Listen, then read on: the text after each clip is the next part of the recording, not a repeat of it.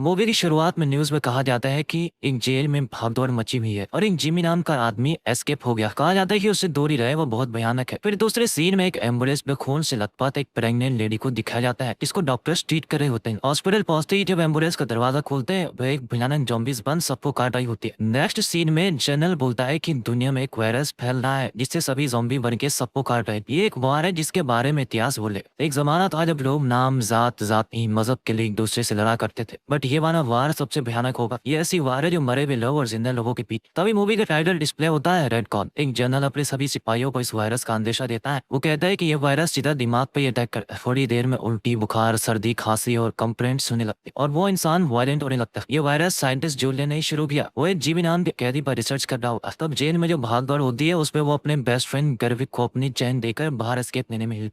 Escape होने के बाद पुलिस जिमी का पीछा कर उसको पकड़ने की करती है। खुद को बचाने के लिए कार में बैठे प्रेग्नेंट लेडी को पकड़ के गन शूट करने को धमकाता है, पर वो लड़की उसके हाथ में काट के पुलिस की ओर भाग जाती। वो लड़की कोई और नहीं बल्कि कैप्टन की वाइफ है। अब जिमी के पास का वायरस उस लड़की के पास फैल गया और तेज हवा की तरह सिटी में फैलने लगा। इस वायरस का ओरिजिनेटर वो साइंटिस्ट जूलियन क्वारंटीन जोन में फंसा हुआ है। उसको लाते वैक्सीन लेना है इस मिशन का बोर्ड की वजह से वो क्वारंटीन जोन की तरफ जाते हैं और वहाँ कोई नहीं होता। रास्ते में सिर्फ खून भरी डेड बॉडीज नजर आती। रोड के उस साइड बहुत सारे ज़ॉम्बी बच्चे नजर आते। ज़ॉम्बीज़ में रूटीन कभी नहीं भूलते। बच्चे भी एक दूसरों की तरफ खेल रहे होते हैं, पर वो जिस तरह डेड बॉडी से फ्लैश खाते हैं ना, बहुत भयानक होता है। वो सारे बच्चे जॉगिंग स्किपिंग कर रहे होते हैं। उनकी आहट सुन बहुत सारे ज़ॉम्बीज़ भागे आते हैं। इस वजह से अपनी गन से फुल अटैक कर रहे होते हैं, पर ज़ॉम्बी भारी तादाद में भागे आ रहे होते हैं। खुद की जान बचाए सोल्जर्स दूसरी ओर भाग जाते हैं। वहाँ एक गाड़ी नजर आती है। जाने से बेहतर गाड़ी का ही यूज करना सेफ होगा, ये सोच सभी उस गाड़ी में बैठ जाते हैं। रास्ते में कुछ लोग एक घर से कुछ चुराते हुए नजर आते हैं। वो आगे सोल्जर्स की तरफ गन शॉट करने वाला होता है। सोल्जर से उसे मार देता है। अब ये स्क्वाड टीम उस क्वालिटी स्पॉट की ओर चलता है। वहाँ उस बिल्डिंग में एक मिलिट्री जनरल बहुत सारे ज़ॉम्बीज पर टेस्टिंग कर रहा होता है। उस ज़ॉम्बीज में से एक है एक छोटा बच्चा जो उसका खुद का बेटा। फाइनली ये स्क्वाड टीम उस क्वारंटाइन बिल्डिंग को फाइल लेती है और अंदर जाने पर मालूम होता है कि वहाँ बहुत सारे ज़ॉम्बीज ड्रग्स लेके नजर नहीं रहे होते। अभी सोल्जर्स भी एक एक करके सबको शूट करते हुए अंदर जाते। उस गन शॉट की आहट से सारे ज़ॉम्बीज भागते हुए इन लोगों की ओर आते हैं। ये लोग शूट करने में डटे हुए हैं। इसी बीच एक ज़ॉम्बीज उनके स्क्वाड के एक आदमी पे अटैक करता है। वो अपनी लाइफ का बिना सोचे बिना सबको बचाने के लिए ज़ॉम्बीज के साथ अकेले चले जाता है। स्क्वाड टीम सारे ज़ॉम्बीज को शूट करके इस इन्फेक्टेड स्क्वाड पर्सन को लेके साइंटिस्ट के रूम की ओर चलते हैं। और वहाँ उनको सरप्राइज मिलता है। साइंटिस्ट वहाँ से पहले से भाग चुका होता है। स्क्वाड टीम तो हर कोई उस इन्फेक्टेड पर्सन को बचाना चाहता है। वो सोचते हैं अगर हम साइंटिस्ट को ढूंढ लेते हैं तो उसके पास से वैक्सीन लेके इसको बचा सकेंगे। फ्रेंड नाम का एक स्क्वाड टीम का आदमी कहता है कि ये ठीक नहीं है, एक इन्फेक्टेड पर्सन को साथ ले जाना खतरे से कम नहीं। ये कह के उसको शूट करने वाला होता है कि टीम के दूसरे लोग फ्रैंक पर ही गन पॉइंट कर देते हैं, पर वो इन्फेक्टेड पर्सन फ्रैंक की बात मान के गन से खुद को ही शूट कर देता है। नेक्स्ट सीन पे दो स्कूल पढ़ने वाली छोटी लड़कियां रोड पे चल रही होती। वो सारे ज़ॉम्बीज को मरा हुआ देख धीरे धीरे डर डर के क्वारंटाइन स्पॉट से बाहर जाने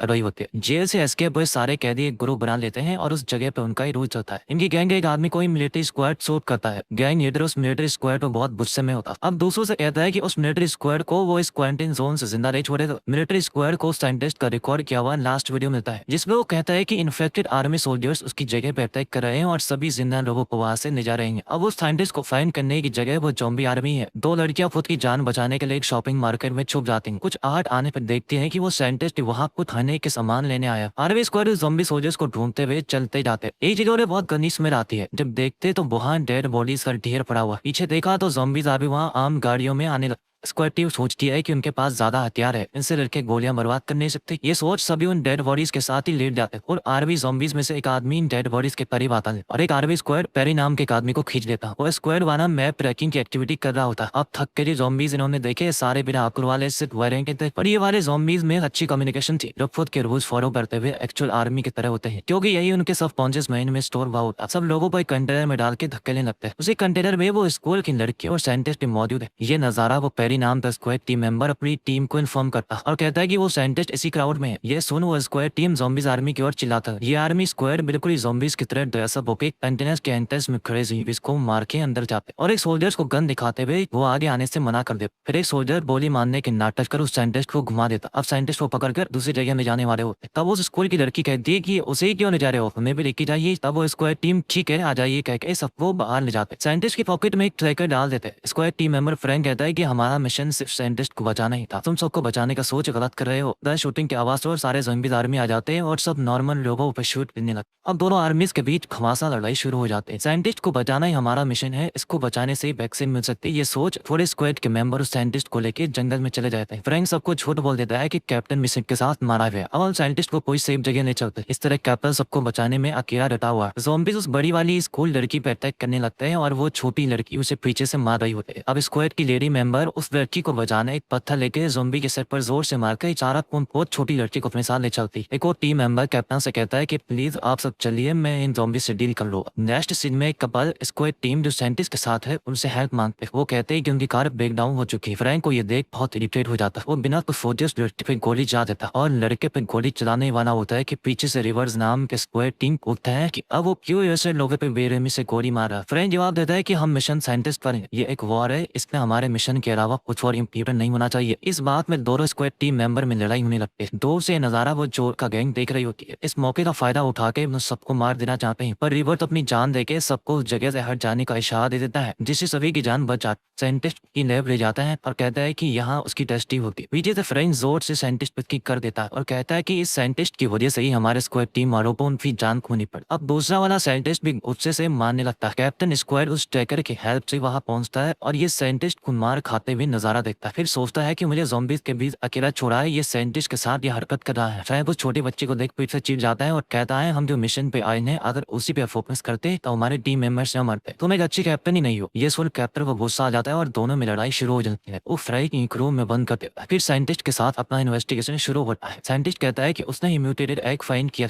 जिसे आर्मी सोल्जर्स पे इंजेक्ट करने से उनको ज्यादा शक्ति मिलेगी। उसकी ये सोच होती है। वो सारे जख्मी सोल्जर्स के बदन में इंजेक्ट करता रहता है, इसलिए वो इन्फेक्टेड आर्मीज कंप्लीट ज़ॉम्बीज़ में नहीं बदलती, इनके जेनेटिक्स में कुछ बदलाव आ जाता है। इसका वैक्सीन उतरे जिमी आम के कैदी में इंजेक्ट किया था पर जेल में चले भागदौड़ के बीच में बच गया था। जब वो पुलिस से बचने प्रेग्नेंट लेडी पे शूट करने की कोशिश करता है, उस लड़की के काटने से गलती से उस लड़की में इन्फेक्शन फैल के ये दुनिया ही इस भयानक हाल में खड़ी हुई है। वो प्रेग्नेंट लेडी कोई और नहीं उस कैप्टन की बीवी है। तुम्हारी वजह से मेरी बीवी और मेरा बच्चा दोनों मर गए। यहाँ किरा नहाते वक्त उसको एहसास होता है कि ज़ॉम्बीज़ को मारते वक्त उसका खून शायद मेरे मुंह में गया होगा, शायद मैं भी ज़ॉम्बीज़ बन सकते। ये माँ तो अपने बॉयफ्रेंड से कहती हो तुम्हारे बिना मैं जी के क्या करूँ। ये गए वो किरा को किस करके खुद छोटी बच्ची सोते वक्त बुरा सपना देख के उस कैप्टन की गले लग जाती है। कैप्टन तब इस बच्ची से बड़ापन महसूस होने।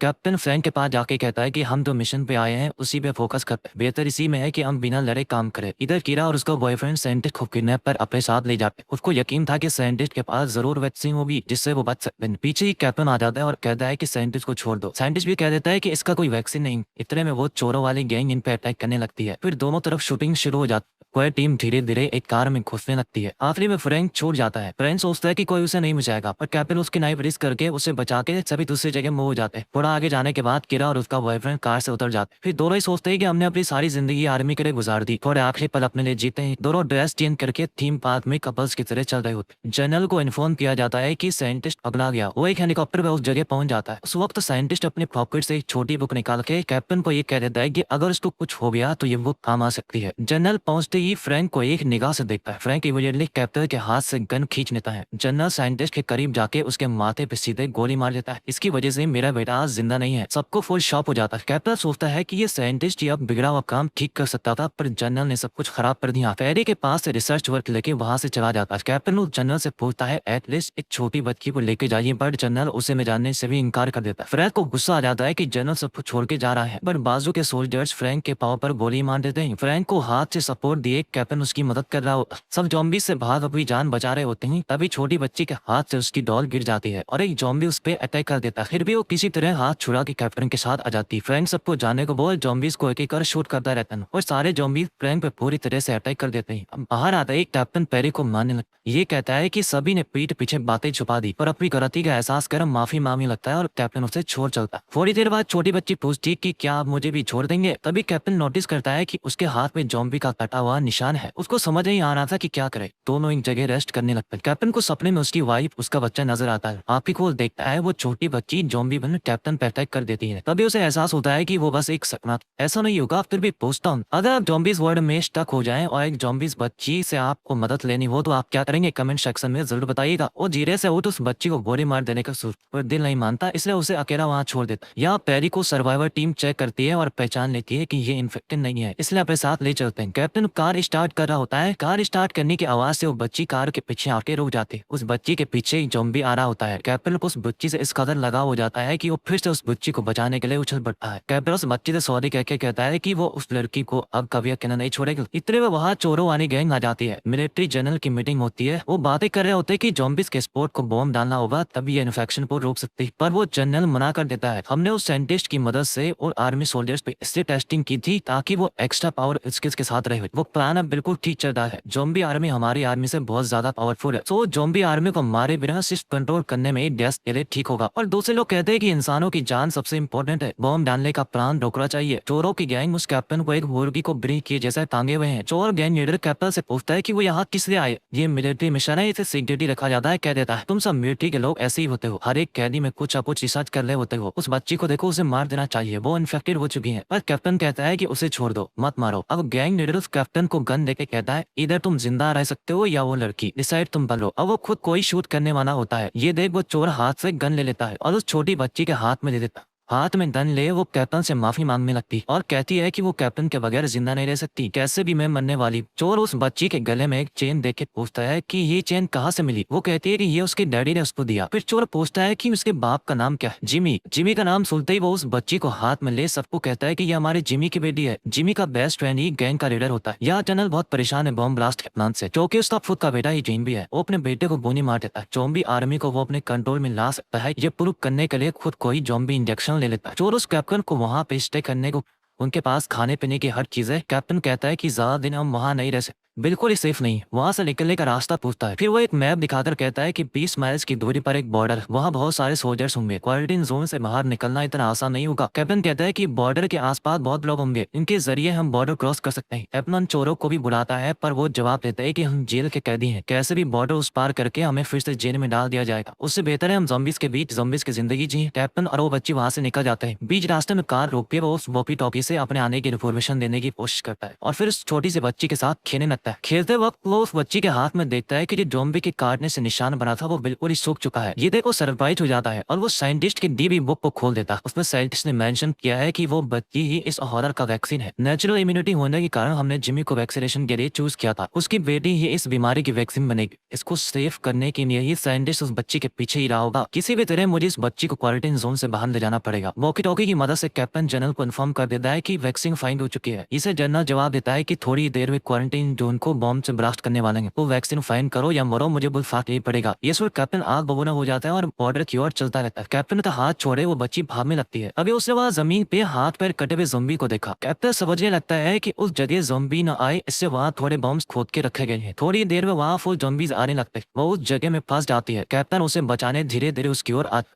ज़ॉम्बीज उस बॉम्ब से फटने लगते हैं। ये नज़ारा दूर से देख सर्वाइवर टीम इन दोनों को बचा के ले जाती है। कैप्टन सबसे कहता है कि हमें यहाँ से निकलना पड़ेगा, इधर बॉम्ब ब्लास्ट होने वाला है। कोई भरोसा ही नहीं करता। तुम्हारी बात पर यकीन कर, 200 से ज्यादा लोगों को ज़ॉम्बी के बीच से नहीं ले जाया जा सकेगा। आर्मी हमें बचाने आएगी। कैप्टन पूछता है इतने दिनों में आप सब यहाँ हो, क्या किसी ने रिस्की देखिए, आर्मी का मिशन है ज़ॉम्बीज को मिटाना। इस बीच हम जैसे लोग अगर मर भी जाए तो कोई फर्क नहीं पड़ेगा। मैंने वैक्सीन फाइंड कर ली है, किसी को यकीन करना है करे। मैं बॉर्डर की ओर जा रहा हूँ। वो सोचती है कि इसके हाथ से जाना ही सेफ होगा। बाहर आके देखा तो ज़ॉम्बीज का ढेर है। अब नॉर्मल लोग और ज़ॉम्बीज में घना युद्ध जैसा हो चुका है, पर ज़ॉम्बीज की तादाद बहुत ज्यादा होने की वजह से वो डोमिनेटिंग साइड में थे। एक टाइम ऐसा था जब कोई ज़ॉम्बीज उस बच्ची पे अटैक करने वाला होता है। कैप्टन उसे बचाने चाहता है और एक ज़ॉम्बी कैप्टन के शोल्डर पे जोर से बाइट कर देता है। वो बच्ची को लेकर एक रूम में चला जाता है। उसे पता चल जाता है कि वो इन्फेक्ट हो चुका है और थोड़ी ही देर में वो भी एक ज़ॉम्बीज बन जाएगा। वो इस बच्ची को बाहर जाने को कहता है, पर वो बच्ची वहां से बिल्कुल ही नहीं जाती। थोड़ी देर में कैप्टन ज़ॉम्बी बन उस बच्ची का गला दबा के उसे मारने की कोशिश करता है। छोटी बच्ची कहती है कि मुझे मत मारिए, आपने मुझे प्रॉमिस किया था कि आप मेरा हमेशा ख्याल रखेंगे। ये सुनते उस कैप्टन को सारे मोमेंट्स याद आ जाते हैं। वो उसे छोड़ चला जाता है। वो सब लोगों के साथ बॉर्डर की ओर आता है। उस तरफ जनरल उसे देख कहता है सबको मार दिया जाए। पैरी आगे आके कहता है कि प्लीज जनरल की बात मत मानिए। एक टाइम तक मैं भी इस जनरल के नीचे ही काम करता था, पर उसने हम सबको बीच रास्ते में छोड़ दिया। मेरे पीछे बहुत सारे साधारण लोग हैं जो जान बचाने की उम्मीद से आए। इसका सेंटीमीटर स्पीच सुन सोल्जर्स शूट करने स्टॉप कर देते हैं, पर जनरल को गुस्सा आ जाता है और शूट कर देता है। इतनी देर से कैप्टन साइलेंट होता है और जनरल की हरकतें देख उसे पुरानी सीन्स आंखों में सामने आने लगती। वो तेजी से भाग जनरल पर अटैक करने लगता है। अब जनरल भी ज़ॉम्बी में बता, दोनों में लड़ाई होती है। कैप्टन जनरल के सर को इस तरह उड़ता है जैसे एक एक्शन मूवी में किया जाता है। कैप्टन वायलेंट होते ही खुद पे काबू नहीं कर पाता और बाजू वाले सोल्जर्स को काट देता है। ये देख सोल्जर्स उसे गोली मार देते हैं। ज़ॉम्बी को मारने के लिए सर पे ही मारना पड़ता है। पैरी पूरी श्रद्धा से कैप्टन के सर पे गोली मार आगे बढ़ जाता है। यहाँ से मूवी खत्म हो जाती है। वो आप सबको कैसी लगी मूवी?